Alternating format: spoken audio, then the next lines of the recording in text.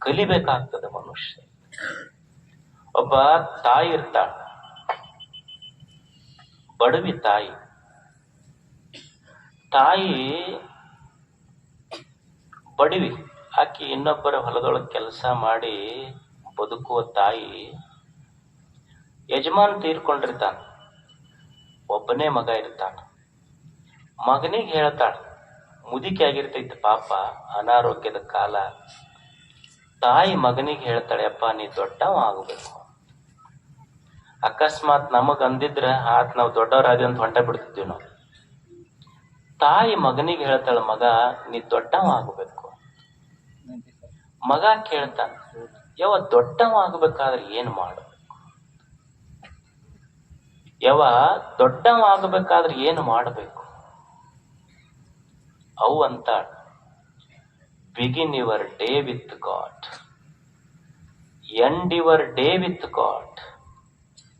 One day definitely you will be great like God. ಮಗ, ಬೆಳಿಗ್ಗೆ ಏಳುವಾಗ ದೇವನ ನೆನಹಿನೊಂದಿಗೆ ಏಳು, ಮಲಗುವಾಗ ದೇವನ ನೆನಹಿನೊಂದಿಗೆ ಮಲಗು. ಏಳುವಾಗ ದೇವನ ನೆನಹಿನೊಂದಿಗೆ ಏಳು, ಮಲಗುವಾಗ ದೇವನ ನೆನಹಿನೊಂದಿಗೆ ಮಲಗು.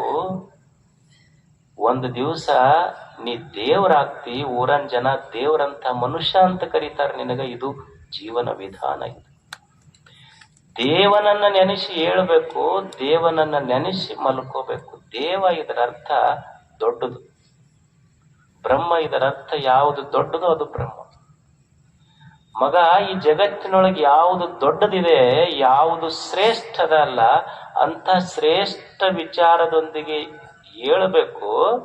ಮತ್ತು ಶ್ರೇಷ್ಠ ವಿಚಾರ ಮಾಡಿನೇ ರಾತ್ರಿ ಮಲಗಬೇಕು. ಒಂದ್ ದಿವಸ ನೀನು ಶ್ರೇಷ್ಠ ವ್ಯಕ್ತಿ ಆಗ್ತಿ ಭೂಮಿ ಮೇಲೆ.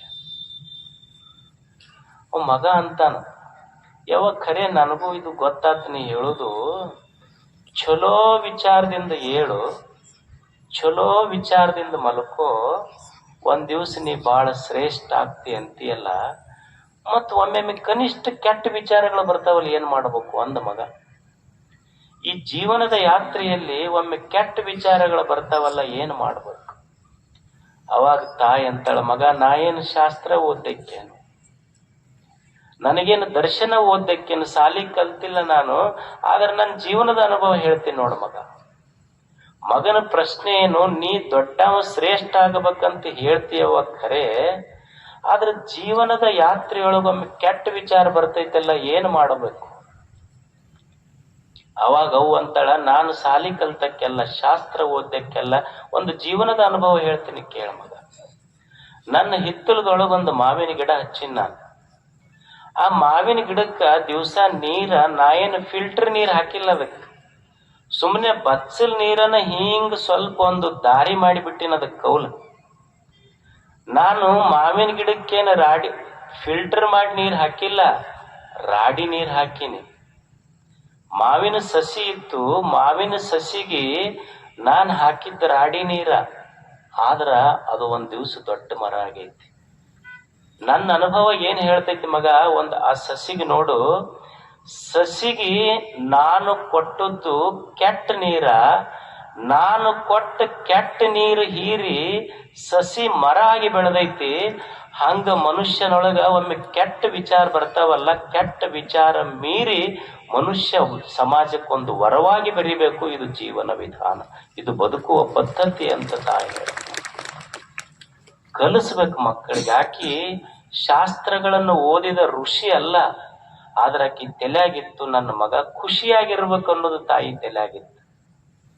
ಎಷ್ಟು ಸರಳ ಉದಾಹರಣೆ ಹೇಳ್ತಾಳೆ. ಒಂದು ಮರ ಕೆಟ್ಟ ನೀರು ಹೀರಿ ಮರ ಆಗೈತಿ, ಕೆಟ್ಟ ವಿಚಾರ ಮೀರಿ ಚಲೋ ಮನುಷ್ಯ ಆಗಬೇಕು ಅನ್ನೋದು ತಾಯಿಯ ಮಾತು, ಜೀವನದ ಅನುಭವ.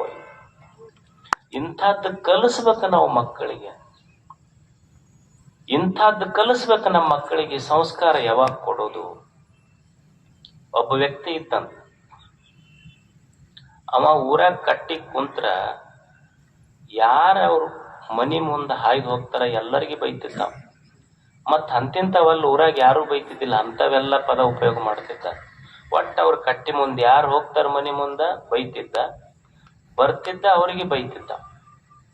ಒಂದ್ ದಿವ್ಸ ಅವನ ಸಾವಿನ ಸಮಯ ಬಂತು. ಈಗ ಆಗೋ ಮುದುಕ್ ಹೊಕ್ಕಿತ್ತು. 4 ಮಂದಿ ಮಕ್ಕಳಿದ್ರು ಅವನಿಗೆ. 4 ಮಂದಿಗೆ ಕರೆಸ್ತು. ಕೈ ಮೇಲೆ ಕೈ ಹಾಕಿರಂತವ್ರು ಮುದುಕ್. ಏನಪ್ಪ?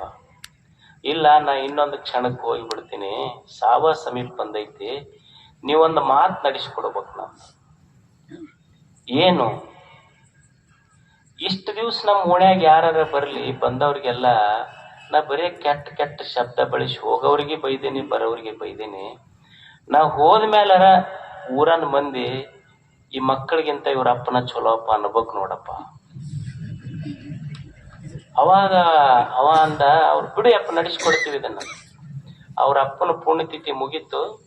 ನಡಬರ್ಕ್ ಕಟ್ಟಿಗೆ ಬಂದ್ರ 4 ಮಂದಿ ಮಕ್ಕಳು ಲಟ್ಟ ಲಟ್ಟ ಬಡಗಿ ತಗೊಂಬಂದ್ರ. ಅವ್ರು ಯಾರು ಊರಾಗ ಓಣ್ಯಾಗ ಅಡ್ಡಾಡ್ತಾರ ಅಡ್ಡಾಡಿಸಿ ಹೊಡ್ಯಾಕತ್ತಾರ ಅವ್ರು.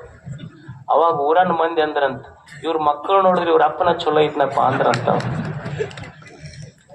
ಇಂಥ ಮಕ್ಕಳಿಗೆ ನೋಡಿದ್ರ ಇವ್ರ ಅಪ್ಪನ ಬಹಳ ಚಲೋ ಇದ್ದ.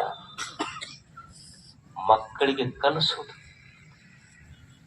ಇದು ಮನಸ್ಸನ್ನೋದೇನೈತಲ್ಲ, ಇದು ಒಂದು ಮಗು.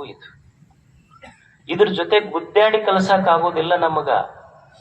ನಿನ್ನ ವಿವೇಕ ತಾಯಿ ಆಗಬೇಕು, ನಿನ್ನ ಮನಸ್ಸು ಮಗುವಾಗಬೇಕು. ನಿಜಗೊಂಡ್ರು ಕೋಗಿಲೆ, ಚೆಲ್ಲುವ ಕೋಗಿಲೆ, ಮುದ್ದು ಕೋಗಿಲೆ, ಜಾಣ ಕೋಗಿಲೆ ಮನಸ್ಸಿಗೆ ಅಷ್ಟು ಪ್ರೀತಿ ಮಾಡ್ತಾರ. ಅವ್ರು ವೈರಿ ಅನ್ಲಿಲ್ಲ ಇದಕ್ಕ, ಮಗು. ಇದು ಹಂಗ ಮನಸ್ಸು ಕೆಟ್ಟದ ವಿಚಾರ ಮಾಡ್ತಿರ್ತೈತಿ. ಮತ್ತ ನಾವು ಪ್ರಯತ್ನ ಮಾಡಿ ಮಾಡಿ ಒಳ್ಳೇದು ಕಲಿಸ್ಬೇಕು. ಇದು ಮಗು, ಮನಸ್ಸು ಮಗುವಾಗಬೇಕು, ತಾಯಿ ವಿವೇಕವಾಗಬೇಕು. ವಿವೇಕ ತಾಯಿ ಆಗಬೇಕು. ಈಗ ತಾಯಿಯಂದಿರ್ತೀರಿ ಮನ್ಯಾಗ, ಸಣ್ಣ ಹುಡುಗಿರ್ತೈತಿ. ಅದು ಎದ್ದು ಕೂಡಲೇ ನೀವು ಸ್ನಾನ ಮಾಡಿಸ್ತೀರ. ಅದಕ್ಕ ಸ್ನಾನ ಮಾಡಿಸಿ ಸ್ನೋ ಪೌಡರ್ ಎಲ್ಲ ಹಚ್ಚಿ ಡೈಫರ್ ಗೀಫರ್ ಹಾಕಿ ಮನಗಿಸ್ತೀರಿ. ಅದು ಮತ್ತೆ ಹೆಸಿಗೆ ಮಾಡ್ತೀವಿ. ಹಿಂಗ ಅಡಿಗೆ ಮನ್ಯಾಗ ಹೋಗಿ ಬಂದಕ್ಕೆ ತಾಯಿ ಮತ್ ಬಟ್ಟೆ ಬೀಸ್ತಾಳ, ಮತ್ ಡೈಫರ್ ಚೇಂಜ್ ಮಾಡ್ತಾಳ, ಮತ್ ಸ್ನಾನ ಮಾಡಿಸಿ ಮತ್ ಸ್ನೋ ಪೌಡರ್ ಹಚ್ಚಿ ಅಡಿಗೆ ಹಚ್ಚಿ ಮತ್ ಬಟ್ಟೆ ಹಾಕಿ ಕುಂದರ್ಸ್ತಾಳ. ಮತ್ ಅಡಿಗೆ ಮನ್ಯಾಗ ಹೋಗಿ ಬರೋದ್ರಾಗ ಮತ್ ಅಂಗಳದಾಗ ಬಂದ್ ರಾಡ್ಯಾಗ ಆಡ್ತಿತ್ತು. ಮತ್ ತಾಯಿ ಮತ್ ಅದಕ್ಕೆ ಸ್ನಾನ ಮಾಡಿಸ್ತಾಳ, ಸ್ನೋ ಹಚ್ತಾಳ, ಪೌಡರ್ ಹಚ್ತಾಳ, ಬಟ್ಟೆ ಹಾಕ್ತಾಳ. ಮತ್ ಹೋಗೋದ್ರಾಗ ಮತ್ ಇನ್ನೊಂದ್ ಅಂಗಳಕ್ಕೆ ಬಂದು ಮತ್ ಹೊಲಸು ಮಾಡ್ಕೊಂತೈತಿ.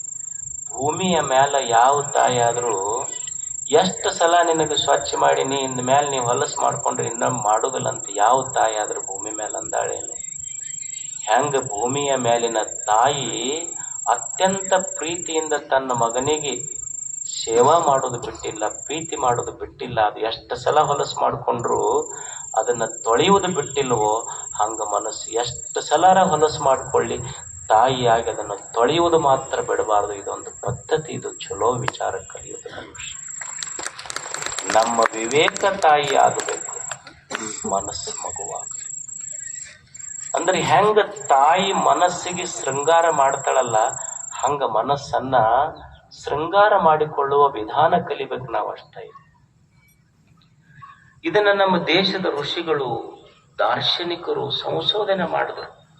ಸಣ್ಣ ಸಣ್ಣ ವಿಷಯಗಳ ಮೇಲೆ ಸಂಶೋಧನೆ ಮಾಡಿ ಶುರು ಮಾಡಿದ್ರೆ ಹೆಂಗಪ್ಪ ಈ ಮನಸ್ಸ, ಇದನ್ನ ಹೆಂಗ ಶೃಂಗಾರ ಮಾಡ್ಕೋಬೇಕಲ್ಲ, ಯಾವ ಕಾಸ್ಮೆಟಿಕ್ಸ್ ಯೂಸ್ ಮಾಡ್ಬೇಕಿದೆ.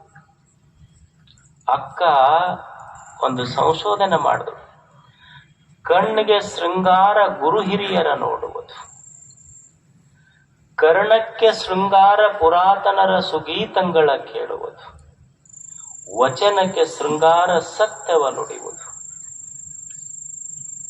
ಸಂಭಾಷಣೆಗೆ ಶೃಂಗಾರ ಸದ್ಭಕ್ತರ ನುಡಿಗಡಣ, ಕರಕ್ಕೆ ಶೃಂಗಾರ ಸತ್ಪಾತ್ರ ಕೀವುದು, ಜೀವಿಸುವ ಜೀವನಕ್ಕೆ ಶೃಂಗಾರ ಗಣಮೇಳಾಪ, ಇವಿಲ್ಲದ ಜೀವಿಯ ಜೀವನ ಏತಕ್ಕೆ ಬಾತೆಯ ಚನ್ನ ಮಲ್ಲಿಕಾರ್ಜುನ.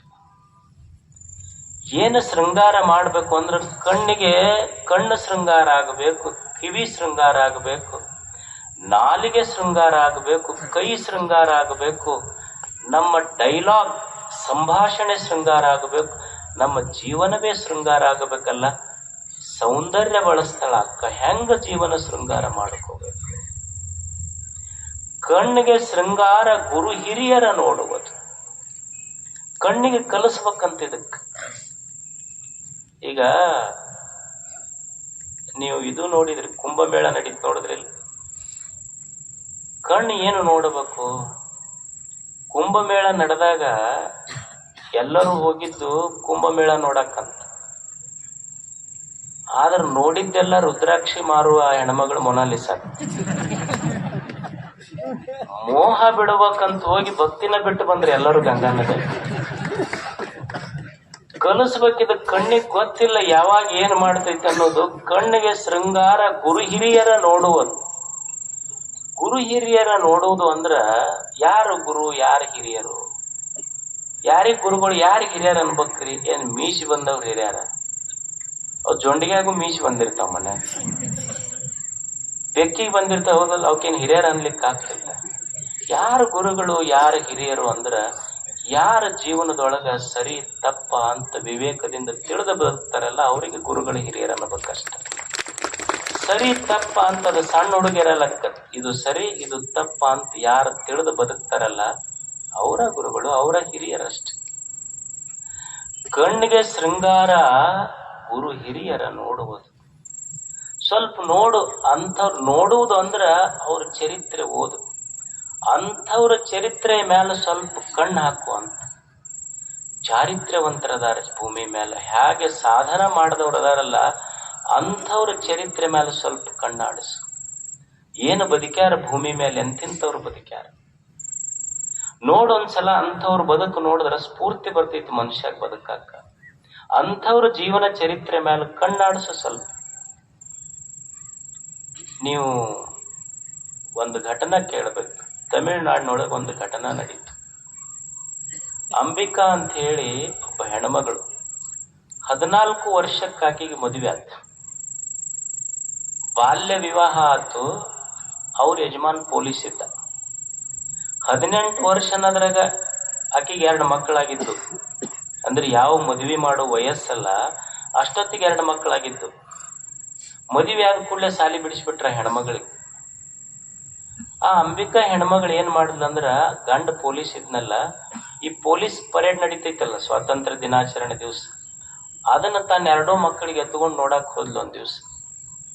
ಯಜಮಾನ್ ಪೊಲೀಸ್ ಪರೇಡ್ ಮಾಡುವಾಗ ಸ್ಟೇಜ್ ಮೇಲೆ ಒಬ್ಬರು ನಿಂತಿದ್ರಲ್ಲ, ಇವ ಸಲ್ಯೂಟ್ ಹೊಡ್ಕೊಂತ ಹೋದ.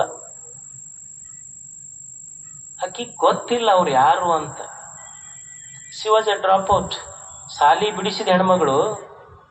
ಆಕಿ ಬಂದು ಕೇಳ್ದು, ಅಲ್ಲ ನೀವು ಹಿಂಗ್ ಪರೇಡ್ ಮಾಡ್ಕೊಂತ ಹೋಗುವಾಗ ಮ್ಯಾಲೊಬ್ರು ಅವರು ನಿಮ್ಮಂತ ಡ್ರೆಸ್ ಹಾಕ್ಯಾರ, ಕಾಕಿ ಡ್ರೆಸ್, ನೀವು ಕೆಳಗೆ ನಡ್ಕೊಂತ ಹೋಗ್ತಿದ್ರಿ, ಅವ್ರು ಮ್ಯಾಲ್ ನಿಂತಿದ್ರು, ಅವ್ರಿಗೆ ನೀವು ಸೆಲ್ಯೂಟ್ ಹೊಡ್ಕೊಂತ ಹೋದ್ರಿ ಅಲ್ಲ, ನಮಸ್ಕಾರ ಮಾಡ್ಕೊಂತ ಯಾಕ? ಇಲ್ಲ ಅವ್ರು ನಮ್ಮ ಸಾಹೇಬರು. ಅವಾಗ ಅಕ್ಕಿ ಅಂದ್ಲು, ಸಾಹೇಬ್ರ ಆಗ್ಬೇಕಂದ್ರೆ ಏನ್ ಮಾಡ್ಬೇಕು? ಹುಚ್ಚಿ, ಸಾಹೇಬ್ರ ಆಗ್ಬೇಕಂದ್ರೆ UPSC ಓದ್ಬೇಕು, ಅಂದ್ರೆ SP ಆಗ್ತಾರ. ಅವಾಗ ಹೆಣ್ಮಗಳಂದ್ಲು, ನಾ ಆಗಬಹುದನಂತಂದ್ಲಕ್ಕಿ. 2 ಕೂಸಿನ ಹೊತ್ಕೊಂಡು ನಮ್ಮ ಮನ್ಯಾಗ ಅವ್ವರಿಗೆ ಹೇಳ್ರಿ 2 ಮಕ್ಳು ಆತಂದ್ರೆ ಸ್ವಲ್ಪ ಏನ್ರ ಬಟ್ಟೆ ತೊಳಿ ಅಂದ್ರೆ ಗೊತ್ತಿಲ್ಲ, 2 ಸಿಜ್ರಿನ್ ಆಗ್ಯಾವ ನಮ್ಮ ಅಂತಿರ್ತಾರ. ಅಕ್ಕಿ 2 ಮಕ್ಕಳ ತಾಯಿ ಅಲ್ಲ, ನಾ ಆಗ್ಬಹುದನ್ SP ಅಂತ. ಗಂಡ ನಕ್ಕವ್, ಹುಚ್ಚಿ ಅಂದ. ಯಾಕಂದ್ಲು, ನಿಂದ SSLC ಪಾಸ್ ಆಗಿಲ್ಲ ಇನ್ನು ಅಂದ್. ಅಲ್ಲೊಂದು ಪ್ರಯತ್ನ ಮಾಡ್ತೀನಿ ಅಂದ್ಲಕ್ಕಿ. ಗಂಡ ಸಪೋರ್ಟ್ ಮಾಡಿ ಹಂಗಿದ್ರ ಅಂದ. ಅಕ್ಕಿ ಮನ್ಯಾಗ ಕುಂತ SSLC ಎಕ್ಸಾಮ್ ಬರೆದು ಪಾಸ್ ಆದ, PUC ಬರೆದು ಪಾಸ್ ಆದ್ಲು, ಮನ್ಯಾಗ ಕುಂತು ಡಿಗ್ರಿ ಎಕ್ಸಾಮ್ ಬರೆದು ಪಾಸ್ ಆದ್ಲು. UPSC ಪರೀಕ್ಷಕ ಮದ್ರಾಸ್ ಹೋದ್ಲು. ಇಲ್ಲಿ 2 ಮಕ್ಕಳಿಗೆ ಗಂಡ ಜೋಪಾನ ಮಾಡ್ತಿದ್ದ. ಆಕೆ 1ನೇ ಅಟೆಂಪ್ಟ್ ಬರೆದ್ಲು, ಫೇಲ್ ಆದ್ಲು. 2ನೇ ಅಟೆಂಪ್ಟ್ ಬರೆದ್ಲು, ಫೇಲ್ ಆದ್ಲು. 3ನೇ ಅಟೆಂಪ್ಟ್ ಬರೆದ್ರು ಫೇಲ್ ಆಯ್ತು. ಆಶ್ಚರ್ಯ ಅಂದ್ರೆ 4ನೇ ಅಟೆಂಪ್ಟಿಗೆ UPSC ಪಾಸ್ ಆಗಿ SP ಆಗಿ ಈಗ ಮುಂಬೈದೊಳಗೆ ಡೆಪ್ಯೂಟಿ ಪೊಲೀಸ್ ಸಬ್ ಕಮಿಷನರ್.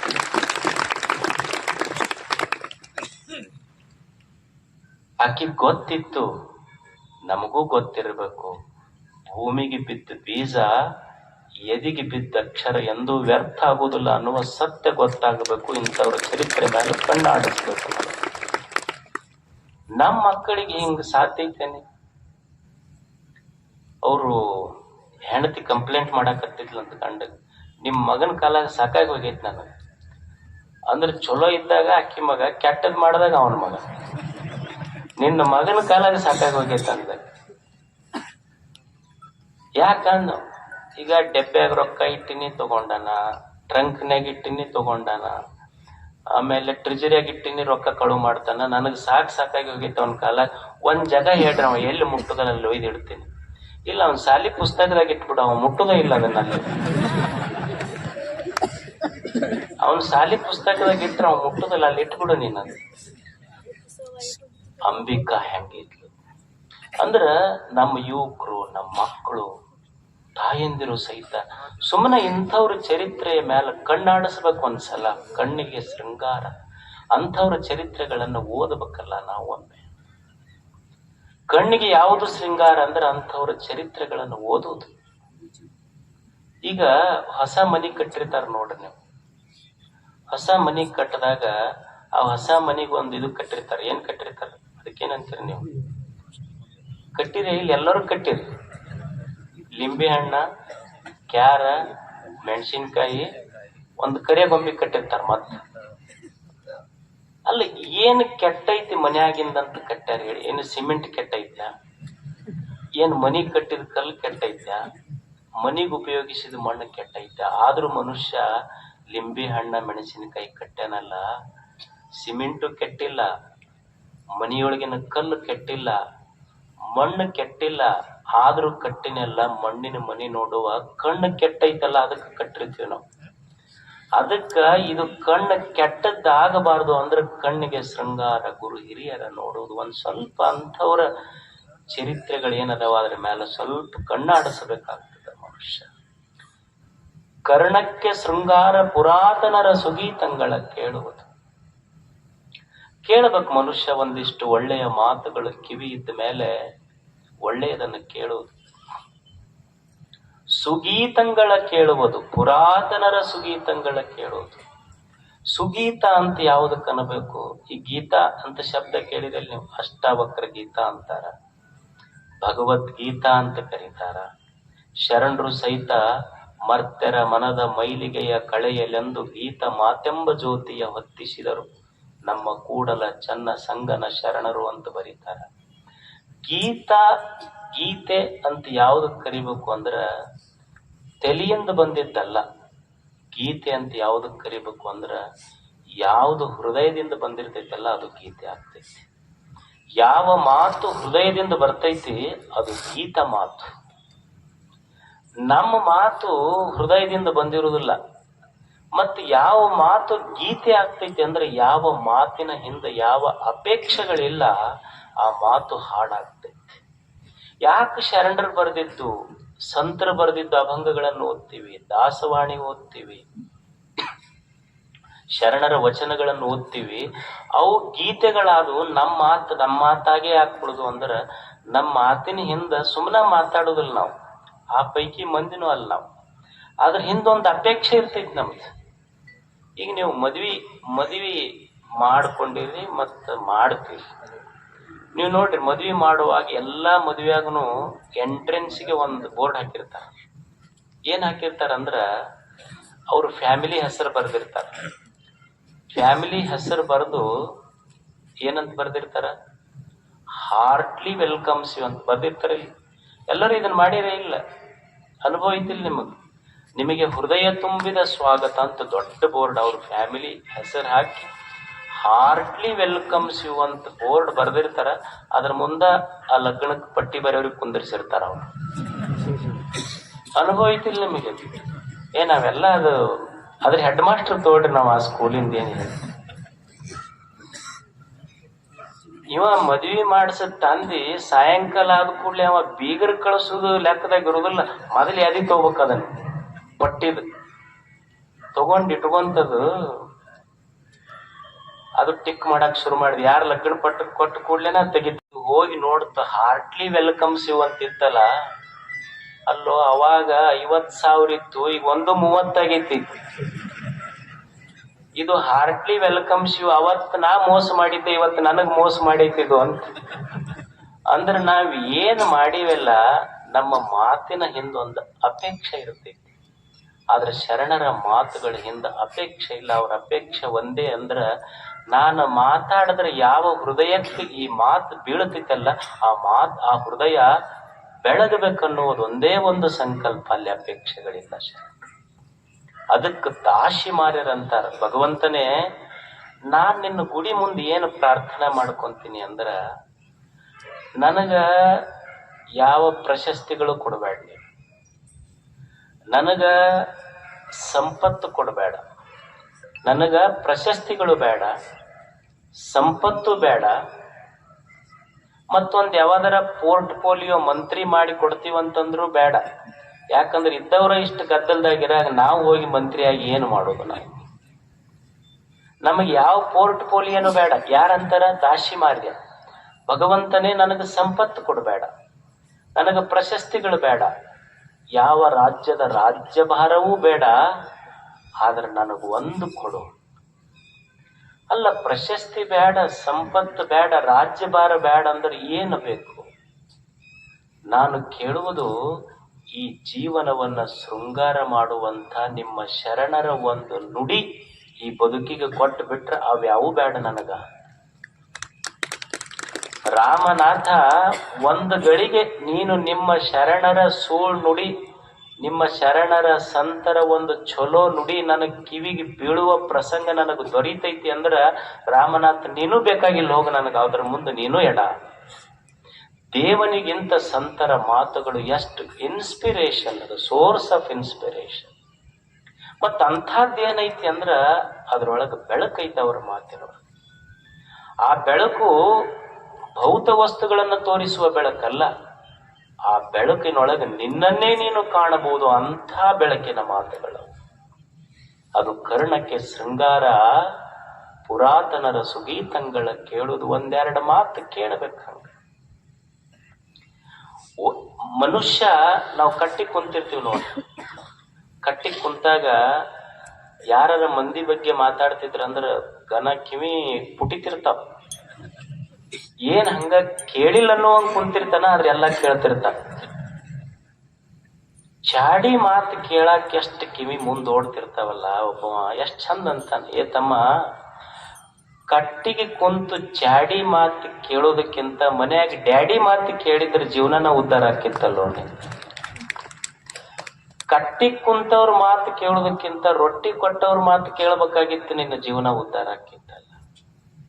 ಮನ್ಯಾಗ ಹುಡುಗರು ಅಂತಿರ್ತಾರ ನೋಡ್ರಿ, ಏನ್ರಿ ನಮ್ಮ ಬರೇ ಬೈತಾನ. ಯುವಕರ ಮನ್ಯಾಗ ಇದು ಕಂಪ್ಲೇಂಟ್, ಎಲ್ಲರ ಮನ್ಯಾಗ ಈ ಕಂಪ್ಲೇಂಟ್ ಐತಿ. ಏನು, ನಮ್ಮಪ್ಪನ್ ಕಿಟಿ ಬಾಳ್ರಿ, ಬರೇ ಬೈತಾನ, ಏನು ಮಾಡಿದ್ರು? ಬೈಬೇಕು ತಂದೆ, ಬೈಬೇಕು. ಆ ಬೈಗಳ ಬಯಸ್ಕೋಬೇಕು ನಾವು. ಯಾಕಂದ್ರ ಒಬ್ಬ ವ್ಯಕ್ತಿಯ ಜೀವನ ಯಾವಾಗ ಪರಿಪೂರ್ಣ ಆಗ್ತೈತಿ ಅಂದ್ರ, ಬರೇ ತಾಯಿಯ ಜೋಗಳದಿಂದಲ್ಲ. ಒಬ್ಬ ವ್ಯಕ್ತಿಯ ಜೀವನ ಪರಿಪೂರ್ಣ ಆಗಬೇಕಾದ್ರ ತಾಯಿಯ ಜೋಗಳ, ಅಪ್ಪನ ಬೈಗಳ ಎರಡೂ ಕೂಡದಾಗ ಮಾತ್ರ ಒಬ್ಬ ಪರಿಪೂರ್ಣ ವ್ಯಕ್ತಿ. ಏನಪ್ಪ ಅಂದಾನಂತ ಸಿಟ್ಟು ತಿಳ್ಕೋಬಾರ್ದು. ಸಮಾಧಾನದಿಂದ, ಇದು ನಮ್ಮಪ್ಪ ನನಗ ನೀತಿ ಮಾತು ಹೇಳಾಕತ್ತಾನ ಅನ್ನುವ ತಾಳ್ಮೆ ಮಕ್ಕಳಲ್ಲಿ ಬರಬೇಕಾಗ್ತದೆ. ಒಂದಿಷ್ಟು ಒಳ್ಳೆಯ ಮಾತುಗಳನ್ನು ಕೇಳಬೇಕು. ವಚನಕ್ಕೆ ಶೃಂಗಾರ ಸತ್ಯವನ್ನು ನುಡಿಯುವುದು. ಒಂದಿಷ್ಟು ಚಲೋ ಮಾತ, ಒಂದೆರಡು ಒಳ್ಳೆಯ ಮಾತು ದೇವ್ರ ನಾಲ್ಗೆ ಕೊಟ್ಟಾನಂದ್ರೆ ಚಲೋ ಮಾತು ಹೇಳ್ಬೇಕು. ಮನಿಗ್ ಬಂದು ಕೂಡಲೇ ನೀವು ಅಂತಿರ್ತಿರ್ಲಿ, ಗಂಡು ಮಕ್ಳು ಏನ್ ಅಂತಿರ್ತೀರಿ, ಸಾಕಾಗಿತ್ತು ವಟ ವಟ ವಟ ಹಸ್, ಎಲ್ಲಿದೆ ಶಬ್ದ ತಂದಾರ ವಟ ವಟ ವಟ ಹಸ್. ಅದು ಎಷ್ಟು, ಅದು ಇನ್ನೂ ಫುಲ್ ಸ್ಟಾಪ್ ಕೊಡ್ಲಿಲ್ಲ ಅಂದ್ರೆ ಎಲ್ಲಿ ಮಠ ಹೋಗ್ತಿತ್ತನ್ ಪೂರ. ಅದು ವಟ ವಟ ವಟ ಹಸ್ತಾರ ಅಂತಿರಲಿ ನೀವು. ಸಮಾಧಾನ ಇಲ್ಲಿ ನೋಡ್ರಿ, ಮನ್ಯಾಗ ಹಸ್ತಲ್ದಾಗ ಕಾಲಿಟ್ಟು ಕೂಡ್ಲೇನೆ ವಟ ವಟ ಹಸ್ತಾರ.